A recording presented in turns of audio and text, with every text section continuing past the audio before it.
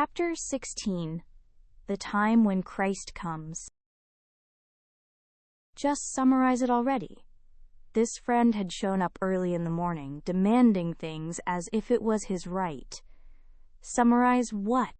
Obviously, the rest of the Bible you said you read. Why should I summarize it for you? Did you throw that book at me without even being ready to explain it? Thanks to you, I thought I was going to die trying to interpret numbers that weren't meant for me. So did you understand those numbers? Don't be ridiculous. Only a non-human could understand all that at once without any other information. Did you get it? No.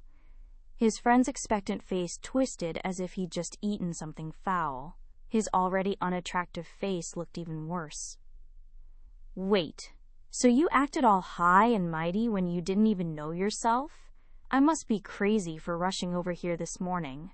I didn't say I don't know. I just said I don't understand. What's that supposed to mean? I know what Daniel is saying, but I don't know exactly what those numbers mean. His friend's face was turning red and blue again. What can you do about that temper?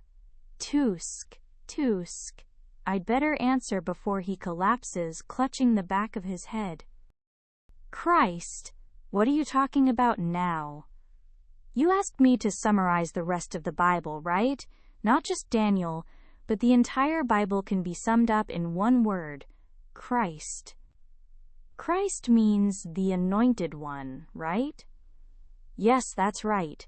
It refers to anointed kings, priests, patriarchs, prophets, atoners, and so on. But you're saying all of the Bible is about Christ?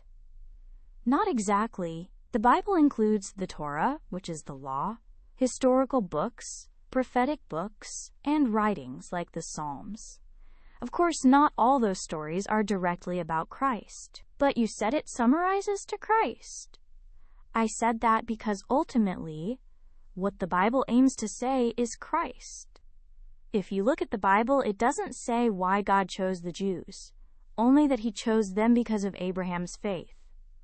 So, to understand that, we need to look at what God is trying to say throughout the Bible. The God who created the world, who is self-existent, who called himself I am who I am, wouldn't have chosen the Jews for no reason.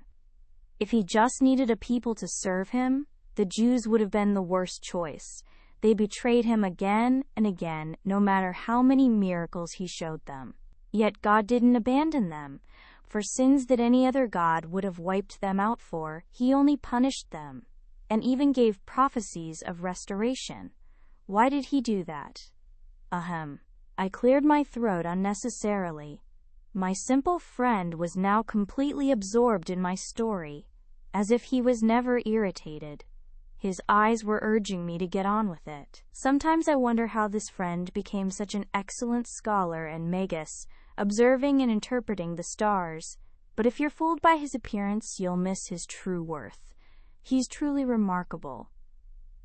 Israel had a monarchy, but more precisely, it was a theocracy under God's rule. Throughout Jewish history, God continually coaxed and guided them, sometimes judging their serious sins, but always leading them. And he kept telling the story of one and the same being. The purpose of God ruling Judah was to make Christ known? That's right. Prophecies about Christ appear throughout the Bible. As you know, the Bible basically has a story structure. Right.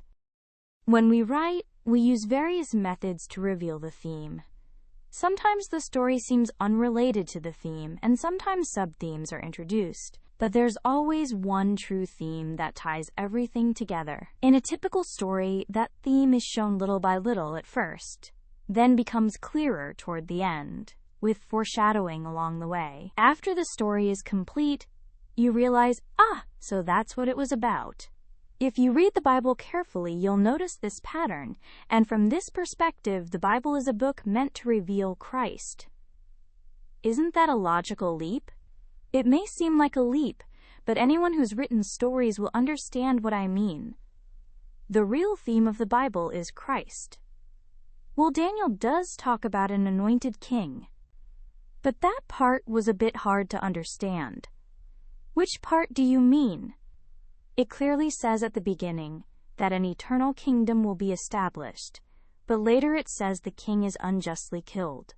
And it says no one can continue his mission. What does that mean? An eternal kingdom is established, but the king is unjustly murdered? Do you understand this? If you think of that kingdom as a country with earthly boundaries, it's impossible to understand. We need to look at it differently.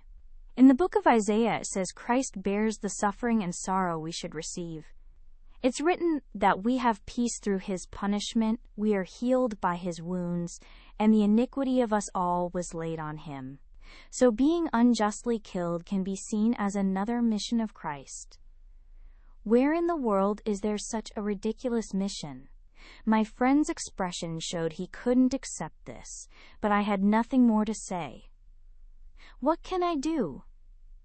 That's really what's written in the Bible. All I could do was shrug. Okay, let's just say for argument's sake that being unjustly killed makes sense. But how do you explain the eternal kingdom? What is a country? There are many definitions, but basically, it's a country if there's land, people, and a ruler. If you think of it that way, it fits. Christ is the ruler. Those who believe in him are the people. And the territory he rules isn't just physical land, but something more. What are you talking about? What other meanings?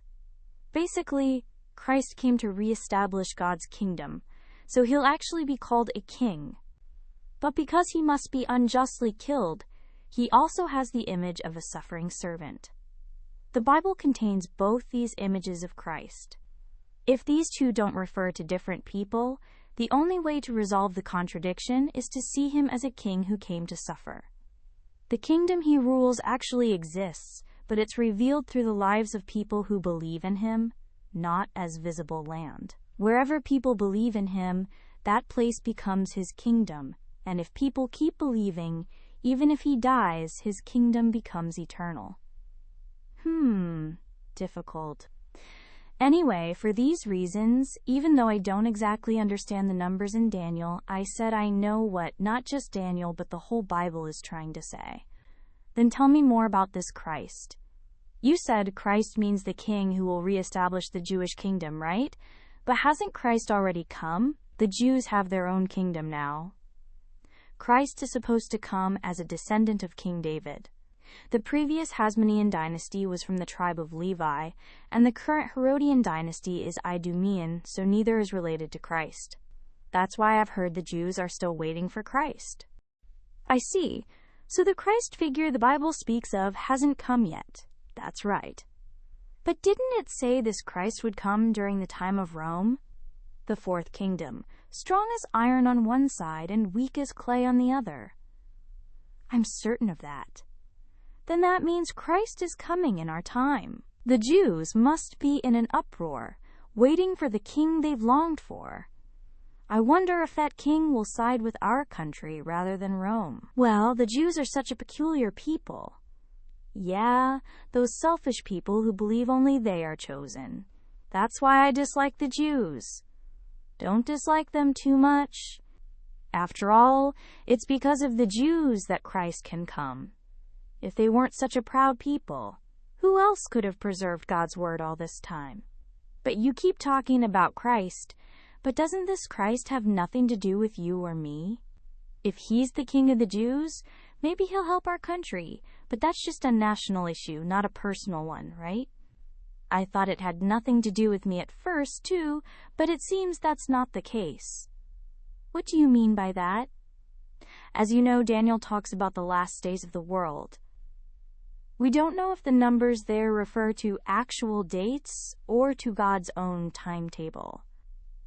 But it's certain that when the time of this Christ comes, the last days of the world will come. Come on, isn't that just talk? You say an eternal kingdom will come, but also that the last days will come? Isn't that a contradiction? It doesn't seem to be a contradiction.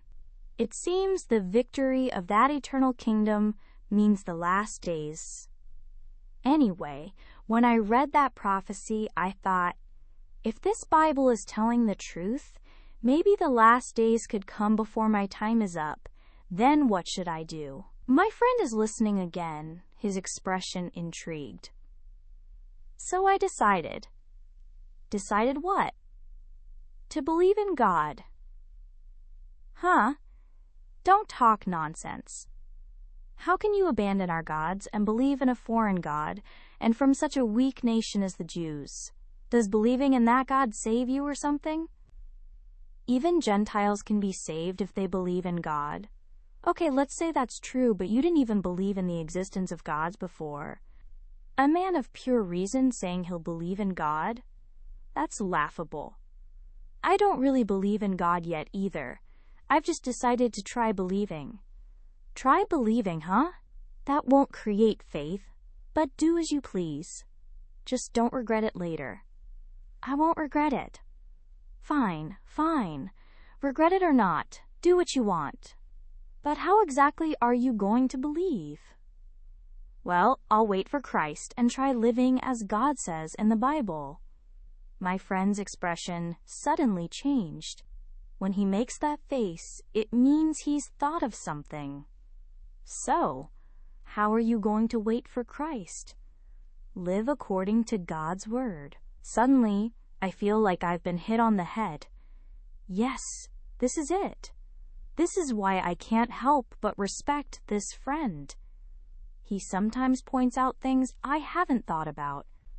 He's right. Blindly living according to the word may not be the same as truly waiting. If God only wanted us to live by His word, He would have just given us the word. But God revealed Christ to us.